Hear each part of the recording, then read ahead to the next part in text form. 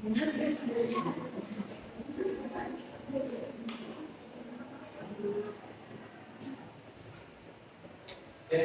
warahmatullahi wabarakatuh. Waalaikumsalam warahmatullahi wabarakatuh.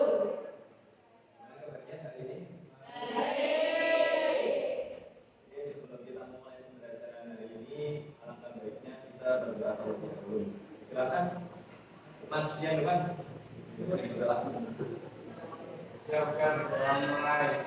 A'udzu billahi minasyaitonir rajim. Bismillahirrahmanirrahim.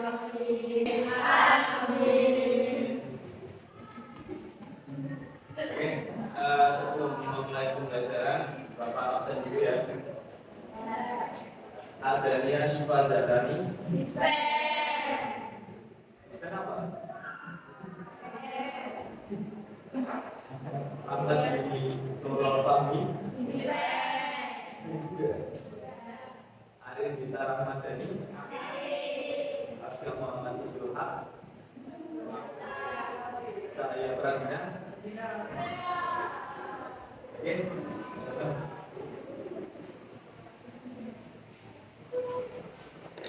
Oke, kemarin kan kita sudah belajar tentang puisi. Ada yang masih ingat puisi itu apa? Puisi itu apa?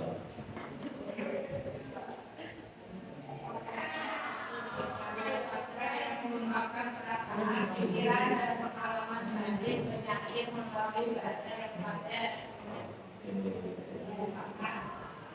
Oke, teman-teman. Jadi itu kan definisi ataupun pengertian dari puisi. Nah, sekarang kita akan belajar tentang unsur ataupun struktur fisik dan juga struktur batin puisi. Nah, sebelum kita mulai pembelajaran, kita ada asesmen awal.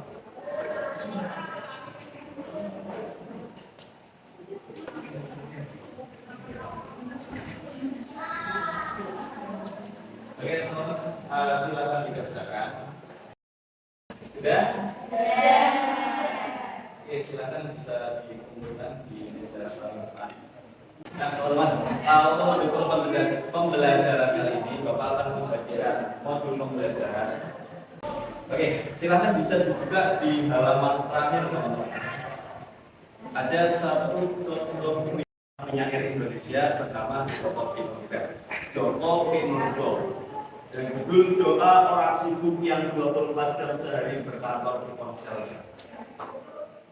Tuhan, ponsel saya rusak di kali gempa. Nomor kontak saya hilang semua. Satu-satunya yang tersisa adalah nomor. Tuhan berkata, dan itulah satu-satunya nomor yang tak pernah bersama. Apa yang terlintas di pikiran kalian tentang puisi? Bencana, kemudian apa lagi? Oke, teman-teman. Jadi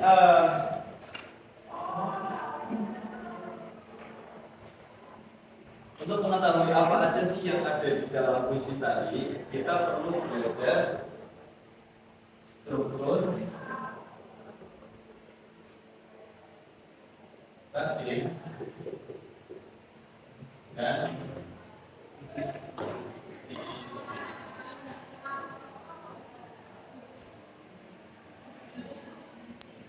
Oke, kita mulai dengan struktur puisi terlebih dahulu.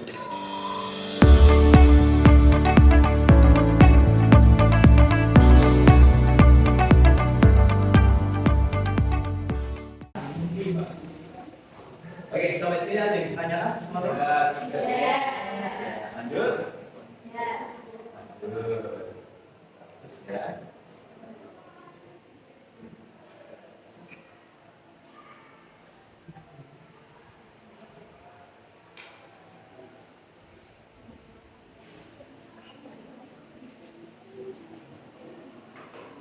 Oke, struktur yang kedua itu ada struktur batin.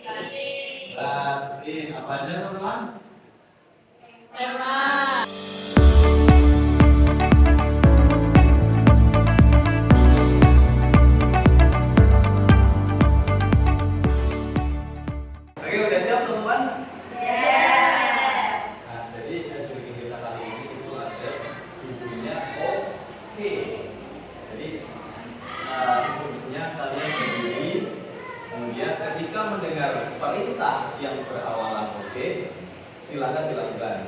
Kalau enggak, berarti tidak usah.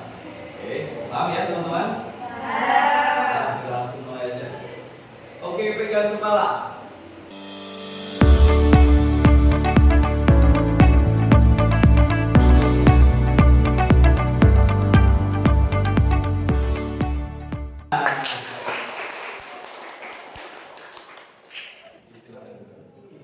Ada oke-nya enggak?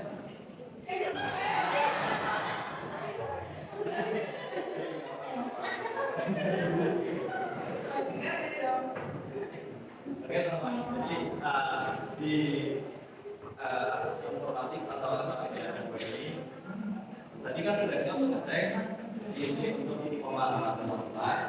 Soalnya pada dulu, oke silakan bisa dikerjakan teman-teman. Ada tujuh istilah dan juga Korea singkat. Oke teman-teman, gimana? Udah? Udah. Oke. Silakan.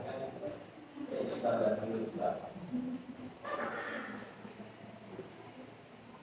Satu menurut ide pokok dalam puisi namanya tema.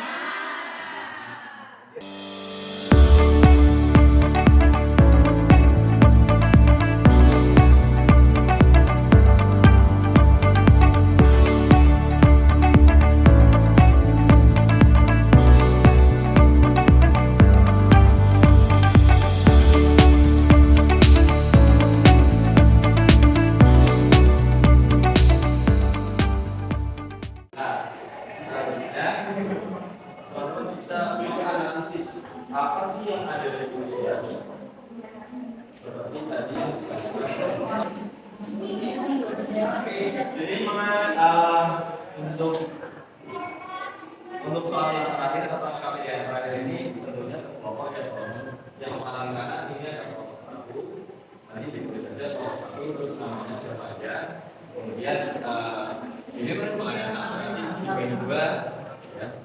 Kelompok 2, kelompok 3, kemudian kelompok 4, terakhir ini kali-kali kelompok 5. 10 menit cukup ya teman-teman?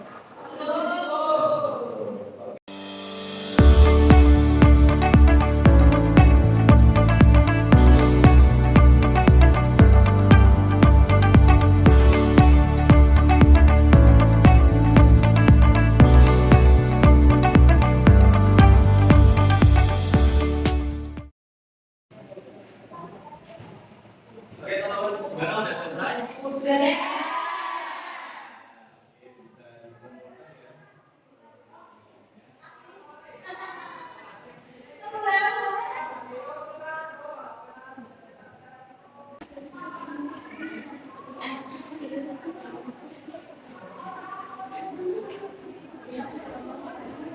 Oke teman-teman,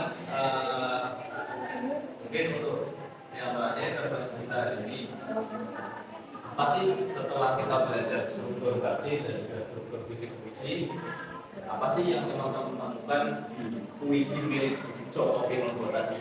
Karena banyak sekarang masih Sabita, apa sih yang Sabita mungkin ditemuin di puisi Joko Pinurbo tadi?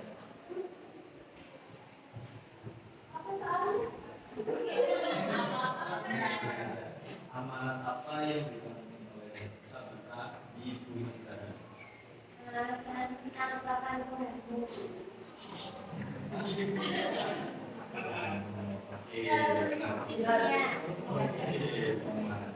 Jadi itu banyak sekali yang bisa kita temuin di puisi tadi, mulai dari penyesalan kita sebagai kita sebagai yang yang pernah berhubungan dengan Tuhannya, kita berhubungan dengan manusia, ketika ada di titik terendah kita berhubungan dengan Tuhan, dan masih banyak lagi kalau teman-teman lebih menggali ataupun menganalisis puisi tersebut. Mungkin itu pelajaran kali ini. Bapak ucapkan terima kasih dan mau mengikuti pelajaran dan jawab sampai akhir, kurang lebih maaf. Diakhiri dengan bacaan mendalam bersama-sama. Alhamdulillahirabbil alamin. Assalamualaikum warahmatullahi wabarakatuh.